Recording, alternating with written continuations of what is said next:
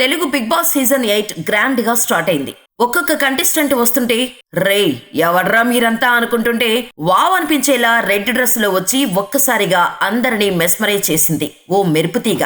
పైగా రామ్ గోపాల్ వర్మ సైతం special video చేసి ఆల్ ది బెస్ట్ కూడా చెప్పారు ఈ ముద్దుగుమ్మకు. నువ్వు బిగ్ బాస్ కు వెళ్తున్నందుకు చాలా హ్యాపీ, మనసారా నీకు ఆల్ ది బెస్ట్, నువ్వు ఖచ్చితంగా గెలుస్తావని ఆశిస్తున్నాను, గెలిసొచ్చాక పార్టీ చేసుకుందాం అంటూ ఈ బ్యూటీకి బూస్ట్ ఇచ్చాడు ఆర్జీవి. ఈ పాటికే అర్థమైపోయి ఉంటుంది ఈ వీడియో ఎవరి గురించో. ఎస్, మీరు ఊహించింది నిజమే, సోనియా ఆకుల గురించి. అసలు ఎవరీమే, ఆమె బ్యాక్గ్రౌండ్ ఏంటి, స్వచ్ఛంద సంస్థను రన్ చేస్తూ సడన్ గా యాక్టింగ్ వైపు ఎందుకు వచ్చింది, సోనియా ఎన్నో కోట్లకు వారసురాలు అని వస్తున్న వార్తల్లో నిజమెంత అనే ఇంట్రెస్టింగ్ విషయాలను ఈ వీడియోలో తెలుసుకుందాం. బిగ్ బాస్ కు వచ్చే వాళ్ళు చాలా మంది ఫేమ్ కోసం వస్తారు. ఇండస్ట్రీలో ఎంత కష్టపడినా రాని ఫేమ్ బిగ్ బాస్ కు వస్తే ప్రజల్లో గుర్తింపు వస్తుందని చాలా మంది అనుకుంటారు. ఈ కోవకు చెందినదే సోనియా ఆకుల. ఈ అమ్మడు చిన్నా చితకా సినిమాల్లో యాక్ట్ చేసిన రాని పేరు బిగ్ బాస్ లో వచ్చిన వారానికే వచ్చేసింది. ఇక సోనియాని ఫస్ట్ అందరూ కన్నడ పాప అని అనుకున్నారు. కానీ సోనియా అచ్చ తెలుగు అమ్మాయి. సోనియా సొంతూరు తెలంగాణలోని పెద్దపల్లి జిల్లా మంథనీలోని గాజులపల్లి గ్రామం. మే 31న ఆకుల చక్రపాణి మల్లీశ్వరి దంపతులకు పుట్టింది సోనియా. సోనియా తన 9th క్లాస్ వరకు మంథనీలోనే చదువుకుంది. ఆ తర్వాత 10వ తరగతి వరంగల్లోని హనుమకొండలో ఎస్ఆర్ స్కూల్లో పూర్తి చేసింది. ఇంజనీరింగ్ చదవటం కోసమని హైదరాబాద్ వచ్చింది సోనియా. అందరూ బీటెక్ తర్వాత ఎంటెక్ లేదా టెకీ ఉద్యోగాల వైపు చూస్తారు. కానీ సోనియా మాత్రం వెరైటీగా ఎల్ఎల్బి కంప్లీట్ చేసింది. ఆ తర్వాత ఓ టెక్ కంపెనీలో సాఫ్ట్వేర్ ఇంజనీర్ గా పనిచేసింది. అలా ఉద్యోగం చేస్తున్నప్పుడే ఈమెలో చురుకుదనం గమనించిన ఆమె హెడ్స్ ఆఫీస్ లో ఏమైనా పార్టీస్ ఆర్గనైజ్ చేస్తే హోస్ట్ చేసే బాధ్యత సోనియాకు ఇచ్చేవారు. సాఫ్ట్వేర్ ఇంజనీర్ గా పనిచేసిన తర్వాత వాటర్ సోర్స్ డిపార్ట్మెంట్ లో పనిచేశారు సోనియా. అందరితో చలాకీగా మాట్లాడుతూ నవ్విస్తూ తన పని తాను చేసుకుని వెళ్లేది సోనియా. ఇక సోనియాలోని చురుకుదనం, మాటకారితనం చూసి డిపార్ట్మెంట్ తరపున కార్యక్రమాలను ఆర్గనైజ్ చేసే బాధ్యత ఆమెకే అప్పగించడం మొదలుపెట్టారు పై అధికారులు. అలా ఓసారి తెలంగాణ సంస్కృతి సంచాలకులు మామిడి హరికృష్ణ సోనియా పనితనాన్ని గుర్తించారు. సినీవారం అనే కార్యక్రమంలో సోనియాకు అవకాశమిప్పించారు హరికృష్ణ. దీంతో సోనియా లైఫే మారిపోయింది.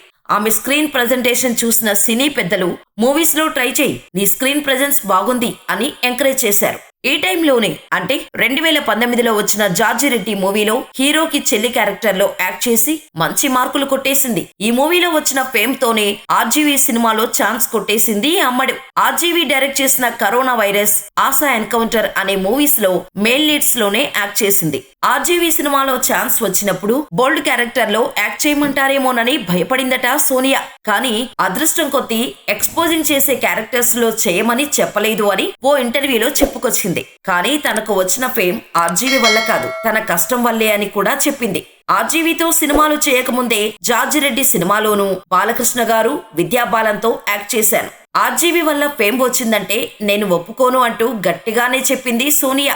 సోనియాకి సమాజ సేవ చేయాలన్న ఆశతో సినీ ఫీల్డ్ వైపు రాకముందే అంటే 2017లోనే ఆశా అనే స్వచ్ఛంద సేవా సంస్థను ప్రారంభించింది.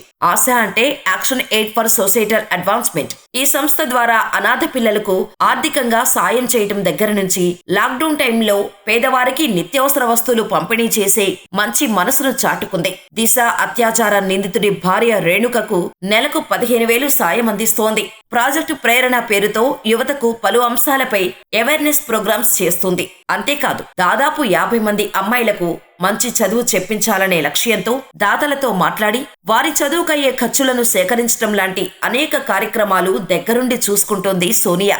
ఇక ఫ్యామిలీ విషయానికి వస్తే తండ్రి చక్రపాణి వ్యవసాయం చేస్తారు, తల్లి హౌస్ వైఫ్. సోనియాకు 2 సోదరులు ఉన్నారు.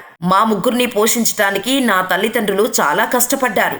మా చిన్నప్పుడు అమ్మ చీరల వ్యాపారం కూడా చేసింది అంటూ చిన్నప్పుడు తాను పడ్డ స్ట్రగుల్స్ గురించి ఓ ఇంటర్వ్యూలో చెప్పింది సోనియా. తనలా పేదింటి నుంచి వచ్చిన వారు కష్టపడకూడదని తాను ఇంజనీరింగ్ చదువుకునే టైంలో పేద పిల్లలకు ఫ్రీగా ట్యూషన్స్ చెప్పింది సోనియా. ఇక సినిమాల్లోకి వచ్చిన తర్వాత వచ్చిన రెమ్యూనరేషన్లతోనే సొంతూరిలో ఇల్లు కట్టించింది సోనియా. అది తప్పితే పెద్దగా ఆస్తిపాస్తులు లేవు సోనియాకి. సేవలోనే ఆనందం వెతుక్కుంటున్న సోనియా స్టిల్ సింగిల్ గానే ఉంది. ఏ ఇంటర్వ్యూలో కూడా తాను రిలేషన్షిప్ లో ఉన్నట్టు కానీ పెళ్లిపై కానీ ఎటువంటి కామెంట్స్ చేయలేదు. పైగా ఎవరితోనూ దిగిన ఫోటోలను షేర్ చేయదు సోనియా. ఎక్కువగా తాను తాను చేస్తున్న సేవా కార్యక్రమాలకు సంబంధించిన విషయాల గురించి ఆమె సోషల్ మీడియా అకౌంట్స్ లో ఉంటుంది. ఇక చిన్న చిన్న సినిమాలతో ఇప్పుడిప్పుడే ఎదుగుతున్న సోనియా బిగ్ బాస్ సీజన్ 8 కి సెలెక్ట్ అయి హౌస్ లోకి ఎంట్రీ అయింది. రావటంతోనే ఆడియన్స్ ని ఆకట్టుకుంది సోనియా. హౌస్ లో రూల్స్ తప్పినా, తప్పు చేసినా కడిగి పారేయటం తన స్టైల్ అంటూ వచ్చిన రోజే చెప్పేసింది. తనతో జాగ్రత్తగా ఉండాలని, తాను ఆడపులినని, అంత ఈజీ కాదని హౌస్ మేట్స్ కి గట్టిగానే చెప్పింది సోనియా. కాకపోతే కొన్నిసార్లు ప్రతి చిన్నదానికి గొడవేసుకోవటం, చిన్నదాన్ని కూడా భూతద్దంలో పెట్టి చూడటంతో నెగటివిటీ మూటగట్టుకుంది సోనియా. ఫస్ట్ వీరిద్దరికి అసలు పడలేదు, కానీ ఇప్పుడు బాగానే కలిసిపోయారు. దీనికి కారణమేంటి అంటూ నిఖిల్ గురించి సోనియాని అడిగింది విష్ణుప్రియ. దానికే ఫైర్ అయిపోయింది సోనియా.